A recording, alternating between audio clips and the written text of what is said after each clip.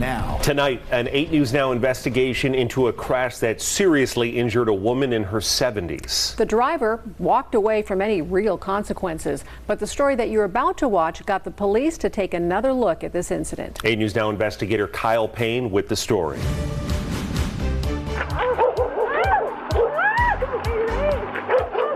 Screams of agony and excruciating pain from 77-year-old Maria Omont. And then boom, I get hit by a car. After being slammed into on her walk home by this Volvo one evening in January. Well, she was walking through the parking lot to get to her house. In the stretch of road behind her apartment. Can you straighten your wheel and just pull forward about 4 to 5 feet so I can get her walker to the ambulance? Police body cam video shows her walker underneath the car's rear tire, and you can hear it crunch when the driver pulls forward. That car was on top of my leg. One of those legs, doctors told her, might need to be amputated and has her confined to a wheelchair. I can't walk 6 feet. It's one of many life-altering injuries that sent her quiet life My life was happy. into ruin. Ruined it. Totally ruined it. She says she was in the hospital and rehab for 74 long days. They wouldn't let me get out. And when she did get out, if that wasn't bad enough, she came home to find the county had taken her 3 dogs. I mean, I love them. She wasn't home to care for them, so they gave 2 away and euthanized her 15-year-old shepherd. They had no right to kill her without my permission. I'm not sure if he ran over her. But the sad story of Marie Omont takes us back to the scene of what police say was an accident. I know. It's an accident for a reason. One of the reasons, in this case, is the driver of the Volvo, seen here in this police body cam video. I didn't see her until somebody was waving me down. But by then, Omont had been knocked down by this neighbor who gave police his name and pretty much nothing else but excuses. I'm getting ready to turn around. We're going to load some things up. He was going to load some things up, though with an expired registration and a state ID card instead of a driver's license. Were you able to pull up even an old insurance card or anything?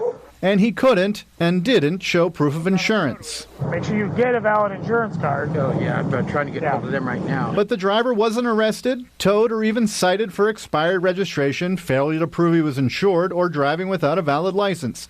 Instead, the police report shows he was cited for failure to pay attention, because the police officer who responded to the 911 call determined that this roadway between where Maria Omont lives and where the driver lives is private property, no matter that the driver was at fault. Your vehicle is at fault. However, we're not enforcing like an illegal backing or an unsafe backing because it's on private property. Problem is, this isn't private property at all.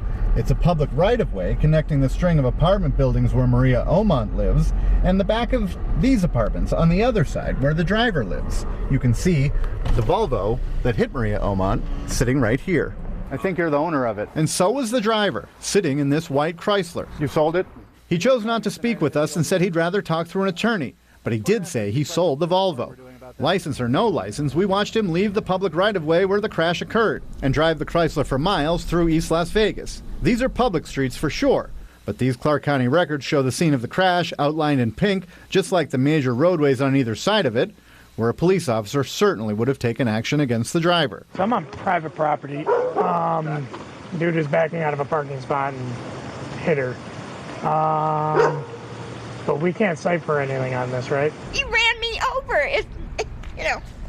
I can't believe that they let him go, especially when you tell me he didn't have a driver's license, he didn't have registration, he didn't have anything. Meanwhile, after 2 surgeries on her leg and months upon months of recovery, Maria Omont will wait to see if anything ever happens to put her life back on track. Kyle Payne, 8 News Now. Now, in Clark County, public right-of-ways like the scene of the crash in Kyle's story are maintained by the county. Private right-of-ways are usually owned and maintained by the property owner or an HOA. Now, we are waiting to hear back from Metro Police about whether this new information will lead to the driver being cited. Metro provided 8 News Now a statement based on Kyle's reporting. They say in part, quote, the officer determined the accident occurred on private property. Had the officer determined the accident occurred on the public right-of-way, he would have issued additional citations, but no arrest would have been made. The traffic accident report has been amended to reflect the incident did occur on the public right-of-way. The Traffic Bureau will determine if additional traffic citations will be issued to the driver. You can read Metro's entire statement on our website, over at 8newsnow.com.